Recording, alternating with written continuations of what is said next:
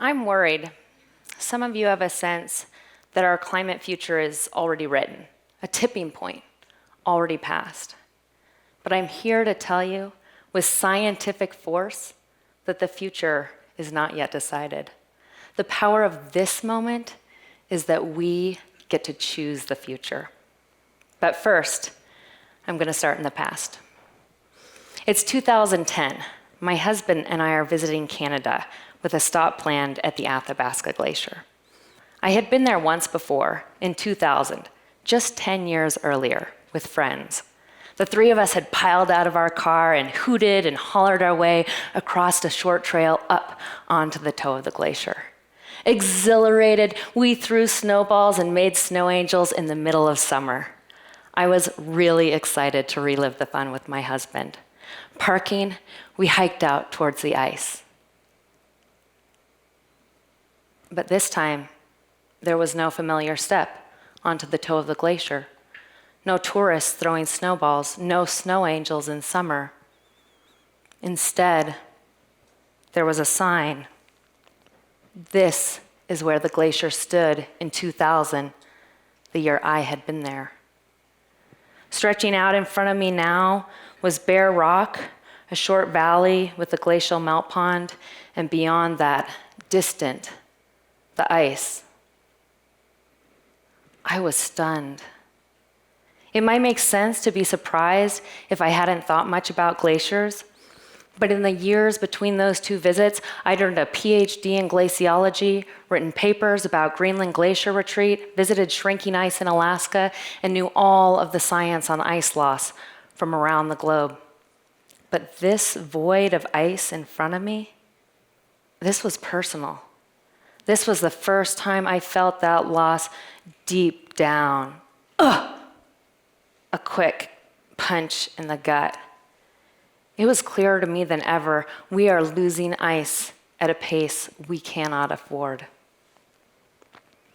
For those of you who have never visited a glacier or been punched in the stomach by an iceless void, you might wonder, why care? I don't live in the Andes, where glaciers provide drinking and irrigation water. I don't explore the streams of Glacier National Park, where fish depend on glaciers to help keep the water cold. But we are all benefiting from the work of glaciers right now, here. Glaciers and ice sheets are Earth's water towers. Incredible amounts of water that could be in our ocean are instead held up as frozen ice in Greenland and Antarctica. Losing even a fraction of this ice would be devastating. In the US, our two largest cities sit right next to the ocean. And across the country, we have more than $1 trillion worth of real estate and infrastructure within just a few feet of current high tides. Warming and ice loss can drown these assets. As citizens within the same country, those are losses of homes, money, and security that we all share, even if we are hundreds of miles from the coast. Now, I want to acknowledge we did not create global warming knowingly with harmful intent. We created it unconsciously as we invented, innovated, and inspired ourselves into a more comfortable and connected life, thanks to engines and electricity and airplanes. But we now understand that the choices we've made have created warmer air, warmer oceans, and shrinking ice. But there is good news. The deal is not done. For our planet and for ice, the future is not yet fully written. How far the Greenland ice sheet stretches over the horizon, how thick it will be, whether there will be enough water held there as ice to keep our shores from too quickly disappearing under rising seas, that is for you and I to decide. How remarkable is it that we have the power to shape an ice sheet that's more than 2 miles thick? And the job truly is yours and mine. In August, I was in far northwest Greenland with a team studying narwhal whales and the glacial environment. We had the privilege of visiting an Inuit hunter's camp. The oldest hunter of the 7, who in his 70s is still hunting narwhal with a harpoon from a single hand-built kayak, had a question for me. He said they'd seen dramatic losses in ice in the area. The change hadn't been spread out over 50 or even 20 years, but concentrated as rapid change over just the last 10 years. He wanted to know from me, what change can we expect over the next 10 years? And this is where the competing timescales of glacier change butt heads. Because ice responds to warming over many years, our actions have already locked in ice loss for the next several decades. So for his immediate question, I had to tell him that he and his family and community must expect continued rapid change. But what about 100 or 200 years into the future? The conditions this hunter's grandchildren will experience. The conditions your grandchildren will experience. That will be decided based on what you and I and our leaders and communities do this year and over just the next 10. Ironically, it's not the Greenland hunters' actions that will keep Greenland frozen. They have a small footprint when it comes to emitting polluting gases.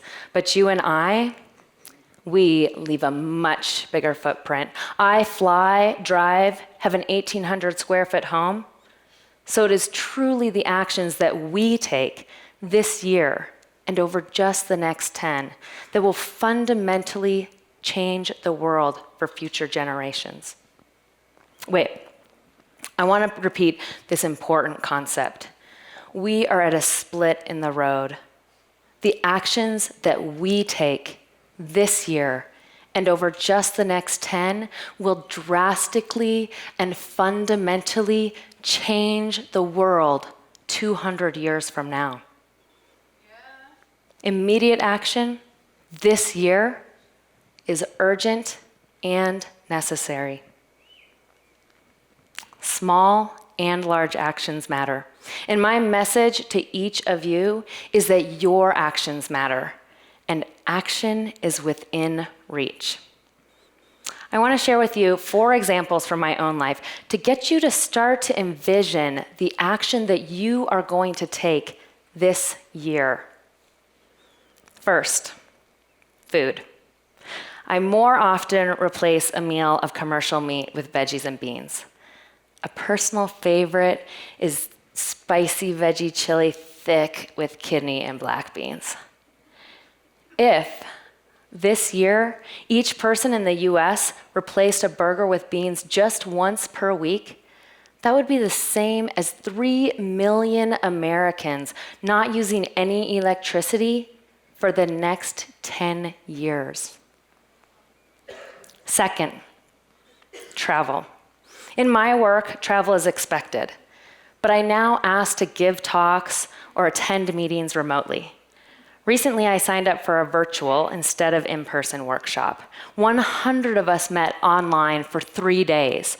Small group interactions, creating presentations, interactive brainstorming, meeting new colleagues. I also saved about $1,000, and I didn't have to sit in a single uncomfortable airplane seat. The result? Collectively, by not flying, our group saved 74 tons of carbon. That's the same as 16 people, this whole row here, not driving at all for the next year.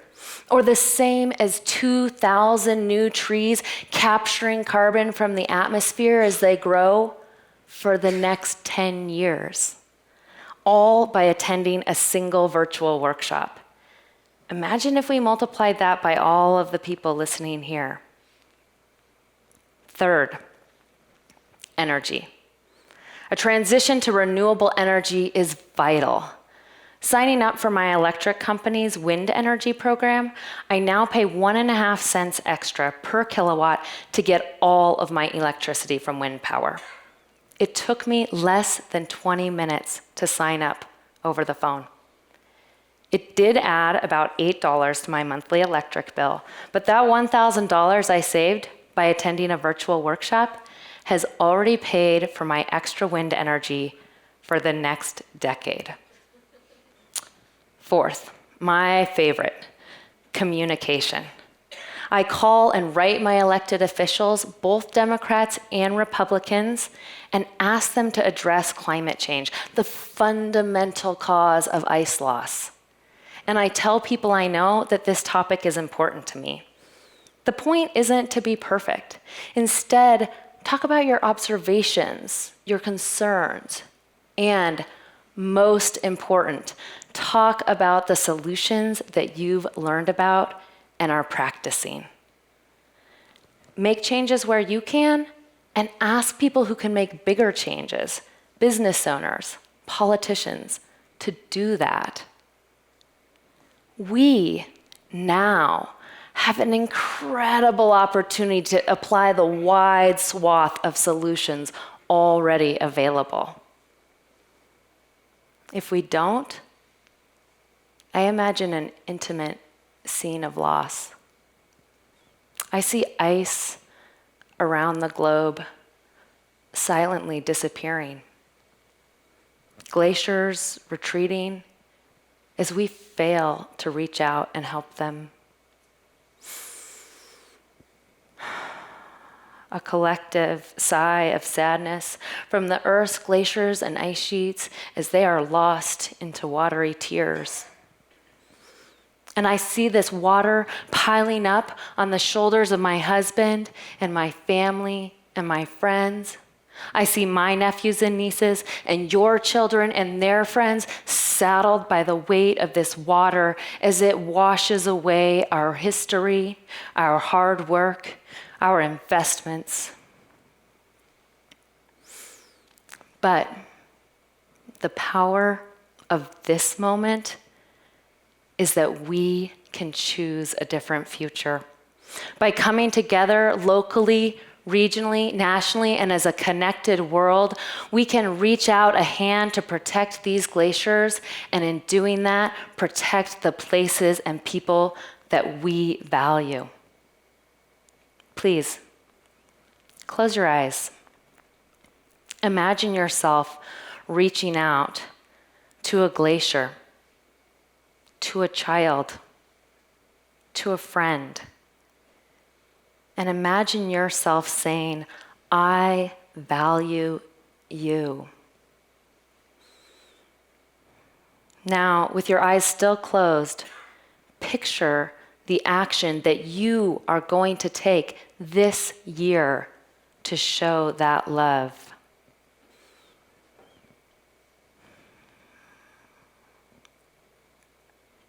Finally, open your eyes, acknowledge your neighbors, and sense the remarkable power of change that we embody. We may not be able to bring back snowball fights on the Athabasca Glacier, but we can ensure that most global water towers stay standing, protecting the places and communities that we've created. In this future, I see us embracing ice, awed by and protective of its power, appreciating and guarding its beauty, its utility, its critical place in our shared global economy and community. What an incredible privilege and responsibility we hold to be able to choose this future.